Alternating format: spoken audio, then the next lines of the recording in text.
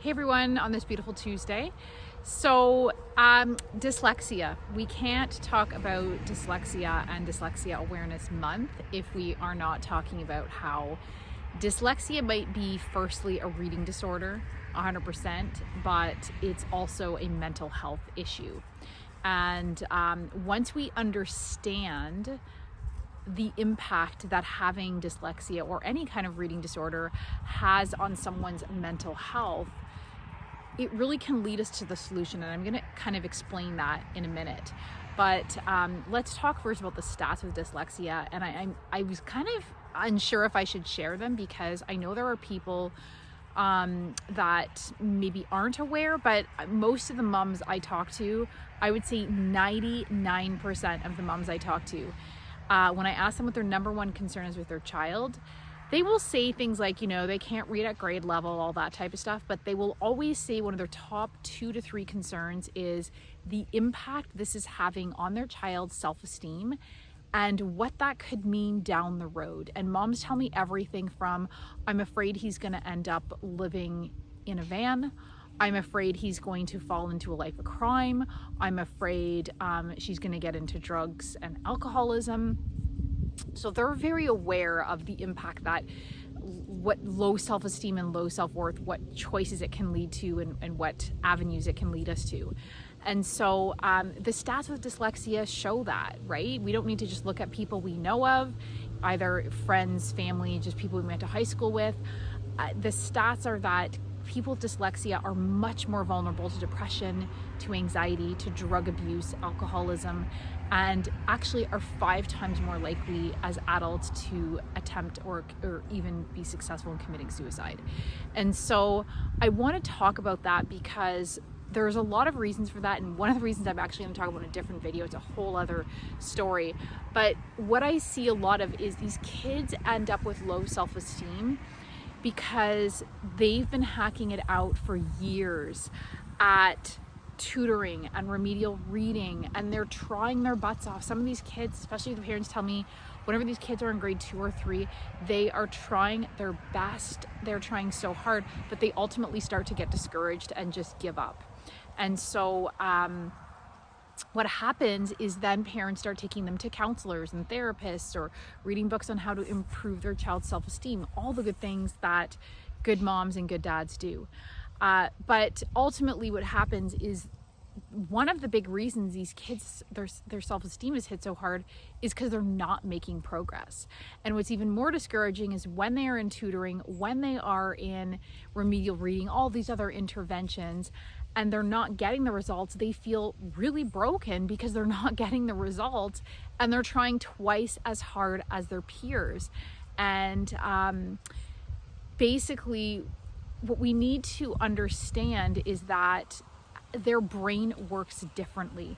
Their brain is uniquely wired. So if we try to do the things that we would do with kids to get them to read under normal circumstances and we're not getting those results, that's where the frustration is going to happen, because we're trying to get these kids to do something that their brain is not yet able to do.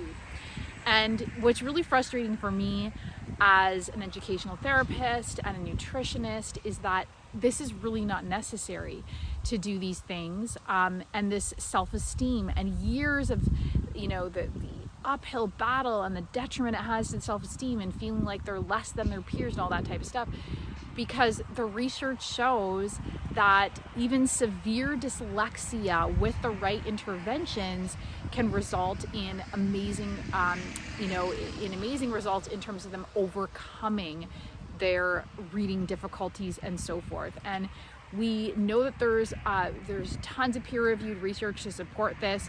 We know that with dyslexia, which is just one reading disorder, right? Dyslexia specifically, that what happens is these kids, their left side of the brain is underactive and the right side of the brain is overdeveloped, which is why we call them right brain learners. And we can keep all their gifts. They're not going to lose those zones of genius that they have because of this beautifully overdeveloped right brain that they have, but we can get the left side of their brain having more connectivity, having more neural activity, and therefore them reading from the left side of the brain, which is where the language center is.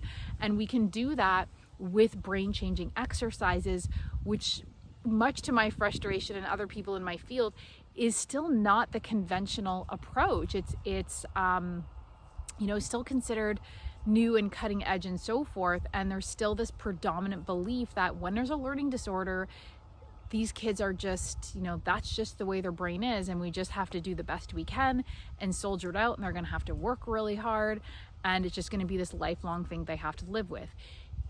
You know, which is absolutely not true. Of course, some kids make greater gains than others, but in any case, these kids, the research has shown they can make incredible gains and even overcome the reading disorder. So basically, dyslexia might be the problem or the difficulty or the issue, but weak connections under activity is the true cause. And circling back to this mental health issue, the mental health issues are occurring because of the approaches that we're taking. The mental health issues are occurring because these kids, every time they go to tutoring, every time they keep doing remedial reading programs year after year after year, it just further reaffirms, I can't learn, I can't learn. And imagine if they're doing an approach that works, where they're seeing results, they're making progress, then their self-esteem is naturally going to increase. I remember working with a 13-year-old. He could read 5 words when I started working with him. After 4 months, he had gone up 15 reading levels, and mom could not believe the difference in his confidence with everything from things he was willing to try at home. The teacher said he was raising his hand in class. He was offering to help other peers. He was trying out on sports teams. She said it was the most beautiful thing was not that the fact that there was no more homework battles, which was great, and that his marks had gone up. It was seeing him just shine in terms of his level of confidence. So if we want to address the mental health aspect, the low self-esteem, the answer is not the dyslexia and the remedial reading program and a therapist and this and that. And I'm not saying that there's not a time and place for therapists, but when we do the right approach, the confidence is going to naturally soar as these kids see that they are capable of learning and reading and learning and reading well. So that's why next Thursday I am going to be talking. Last week I talked about the biology of learning. This next Thursday, this next cycle, if you will, I'm going to be talking about brain organization and brain connectivity and how that relates to dyslexia and learning and so forth, and what you can do at home to start improving your child's reading ability and so forth. So for now, let me know in the comments below, is your child struggling with low self-esteem? Is it affecting their mental health? Or maybe it isn't, but you have concerns, and what are you worried about? What have you seen? So let me know in the comments below what you're seeing, experiencing, as well as your child. And thanks for watching, everyone. Until next time.